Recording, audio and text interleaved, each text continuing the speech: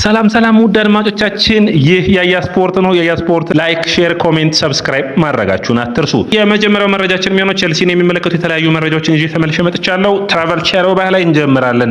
ቻሎባ ይህ ተጫዋች እንግዲህ ከእንግሊዝ ብሔራዊ ቡድን ትናንት ሽንፈት ማስተናገዱን ተከትሎ ዝውውሩን እየተጠበቀ ይገኛል። በብዙ ቡድኖች ይፈለጋል። ቻሎባ በተለይ ደግሞ የኢንተርና የኮሞ ፍጥጫ በባለፉት ፕሮግራሞቻችን በሚገባ ዘግበነዋል። ታዲያ ዛሬ ሁለተኛ ጥያቄያቸውን ይዘው መጥተዋል ኮሞች።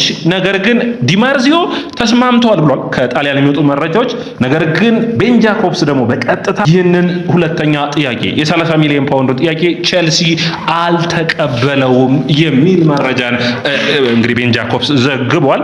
ቼልሲዎች እንግዲህ ከ30 ሚሊዮን ፓውንድ በላይ ከዚህ ተጫዋች የሚጠብቁ ይሆናል። ውድ አድማጮቻችን፣ ቼልሲን ትናንት ምሽት ምን አጋጠመው? እንግዲህ ትናንት ምሽት ኤንዞ ፈርናንዴዝ ጎሉን ማስቆጠሩን ተከትሎ አርጀንቲና ወደ ፍጻሜ ማለፏን ተከትሎ የቼልሲ በጣም በሚገርም ሁኔታ በጣም አስደምሞኛል። የቼልሲ ትዊተር ፔጅ የኤንዞ ፈርናንዴዝን ፎቶ አድርጎ እንኳን ደስ አለህ የሚል ፖስት አደረገ። ይህንን ተከትሎ በፖስቱ ላይ የእንግሊዝ ደጋፊዎች በጣም የተናደዱት ቼልሲ የእንግሊዝ ቡድን አይደለም ወይ? እንዴት ለአርጀንቲና ደስታውን ይገልጻል የሚል ከባድ የሆነ ወቀሳ ሲደርስ በፍጥነት ቼልሲዎች ይህንን ፖስት ማጥፋት ችለዋል። ትንሽ እንግዲህ የክለብና የእንትን ጉዳይ ወሳኝ ነው። ምንም እንኳን ተጫዋቹ የቼልሲ ቢሆንም እንደዚህ አይነት ሁኔታዎች ላይ በሚገባ መታየት የሚጠበቅበት ይሆናል ብዬ አስባለሁ። ወደ አድማጮቻችን፣ በዛሬው ፕሮግራማችን እንግዲህ ከምናያቸው ውስጥ አንዱ የቻቫራኒን ጉዳይ ነው። ወደ አድማጮቻችን፣ በባለፉት ጊዜያቶች ይህንን ጉዳይ በሚመለከት ጠለቅ አድርገን አይተነዋል። ዛሬ አጠር ያለ ይህንን ዝውውር በሚመለከት 2-3 መረጃዎችን ብቻ ነው ማድረሳችሁ። ፔፔ ቻቫሪን የመልቀቂያ ኮንትራት ውሉ ቼልሲ የመጀመሪያ ያለውን 8 ሚሊዮን ፓውንድ፣ ሁለተኛ ያለውን 15 ሚሊዮን ፓውንድ አቀረበ። ሁለቱም ውድቅ ተደረጉ። ከዛ በቀጥታ ሪያል ቫልካኖቹ ከቼልሲ የምንፈልገው 21.2 ሚሊዮን ፓውንድ ወይም ደግሞ 25 ሚሊዮን ዩሮ ነው የሚል ሐሳብ አስተላለፉ። አሁን ግን ሪያል ቫልካኖቹ እኔ ግራም ያጋባ ነው ወደ 42 ሚሊዮን ፓውንዶችን ከዚህ ተጫዋች እየጠየቁ ነው። ቼልሲ ከዚህ ዝውውር ራሱን የሚያገል ይሆናል ተብሎ ይጠበቃል። ይህ ሁኔታ ግን ለቼልሲ ደጋፊዎችና በተለይ ደግሞ በዣቪ አሎንሶና በቼልሲ ስፖርቲንግ ዳይሬክተሮች መካከል ከባድ የሆነ ጠብን የሚያስከትል ይመስለኛል። ለምን ካላችሁኝ ዣካን እምቢ ብሏል። ቻቫሪን ሁለተኛ የዣቪ አሎንሶ ምልምል እንግዲህ በዋጋዎችና በሁኔታዎች ምክንያት ነው 42.4 ሚሊዮን ፓውንድ ነው የጠየቁት። ይህ እንኳን በእውነትም 28 ዓመቱ ለሚገኝ ተጫዋች ዋጋው ከፍ ያለ ነው። በምንም አይነት የቻምፒዮንስ ሊግ ልምድ ለሌለው ምንም አይነት ሁኔታዎች ውስጥ ላላለፈ ሰው አስቸጋሪ የሚሆን ይመስለኛል። ቼልሲ ከዚህ ዝውውር ራሱ የሚያገል ይመስለኛል። ማኖ ኮኔን በሚመለከት ቼልሲ ድጋሚ ፍላጎታቸውን አሳይተዋል። ቼልሲዎች አንድሬ ሳንቶስን መተካት ይፈልጋሉ። ማኖ ኮኔን በ50 ሚሊዮን ዩሮ የማስፈረም ፍላጎት አላቸው። ከዩናይትድ ጋር ከባድ የሆነ ፉክክርን የሚጠብቃቸው ይሆናል። ቼልሲና የተከላካይ መስመሩን በሚመለከት ቼልሲ ዝርዝራቸው ውስጥ ጆን ስቶንስን ጨምረውታል። ጆን ስቶንስን ልምዱን ለመጠቀም ወደ ቡድኑ መቀላቀል ይፈልጋሉ። ነገር ግን የቼልሲ ደጋፊዎች ማንም ሰው አስተያየት የሚሰጠው ጆን ስቶንስ ልምድ ብቻ አይደለም የሚጨምረው፣ ብቃቱም ጥሩ ፐርፎርማንስ ነው። ነገር ግን የጉዳት ችግር አለበት። ይህንን ተጫዋች ማስፈረም በተለይ ደግሞ በማንቸስተር ሲቲ ሳይፈለግ ለቼልሲ ልክ ነው ወይ? ይህንን ውሳኔ የቼልሲ ስፖርቲንግ ዳይሬክተሮች ይወስኑታል ብዬ አላስብም። እንደዚህ አይነት ላይ እንኳን ጠንቃቃ ይመስሉኛል። ነገር ግን ዛሬ ይህንን የዝውውር ዜና እያየው ነበር። ሳይመን ፊሊፕስ ነው ያወጣቸው። አሎንሶን በሚመለከት በጣም የቼልሲ ኃላፊዎች ተደምመዋል። በጠንካራ ሰራተኝነቱ በብቃቱ በጣም ተደስተዋል የሚል ነው። ምንም ጥያቄ የለውም። እንደ አሎንሶ ብቃት ጥራት ከፍ ያለ አሰልጣኝ ነው።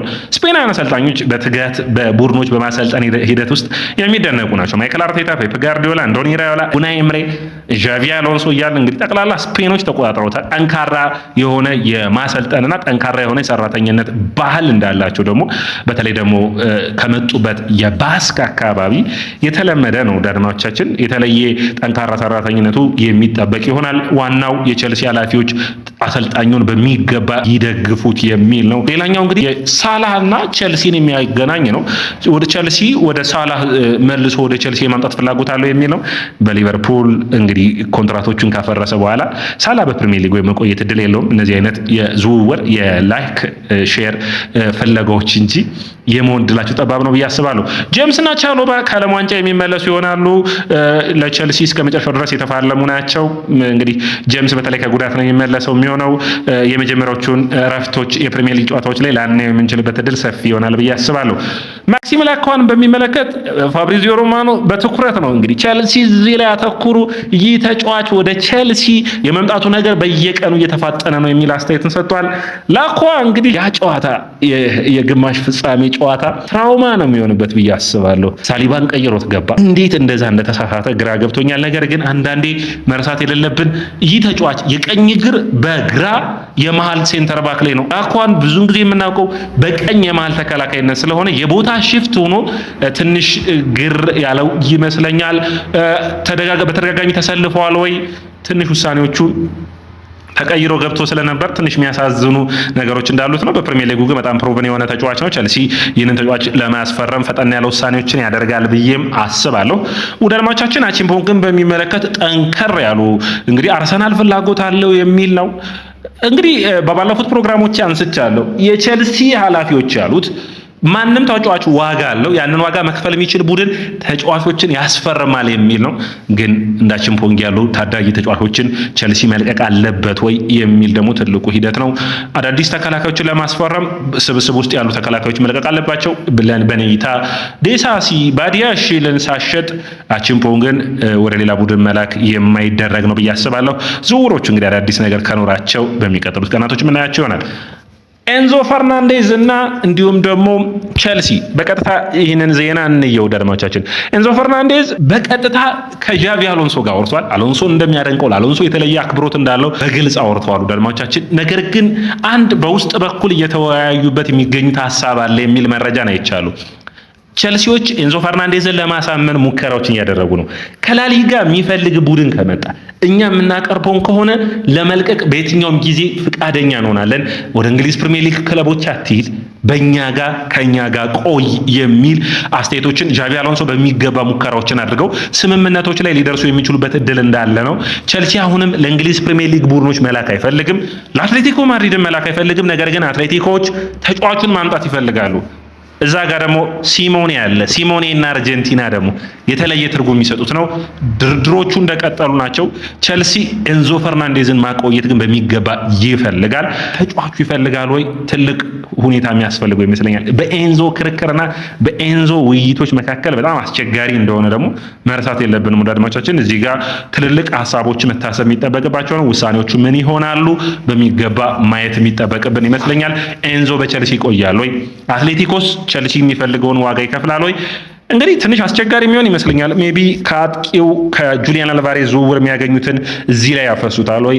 አትሌቲኮስ መርተን ሙላንድን አላስፈረመውም ወይ? ሊካንግሊን አስፈርመዋል። ሁለቱን የአማካይ መስመር ሪል የሆነ ፍላጎት አላቸው ወይ? ትልቁ ጥያቄ ይሆናል ብዬ አስባለሁ።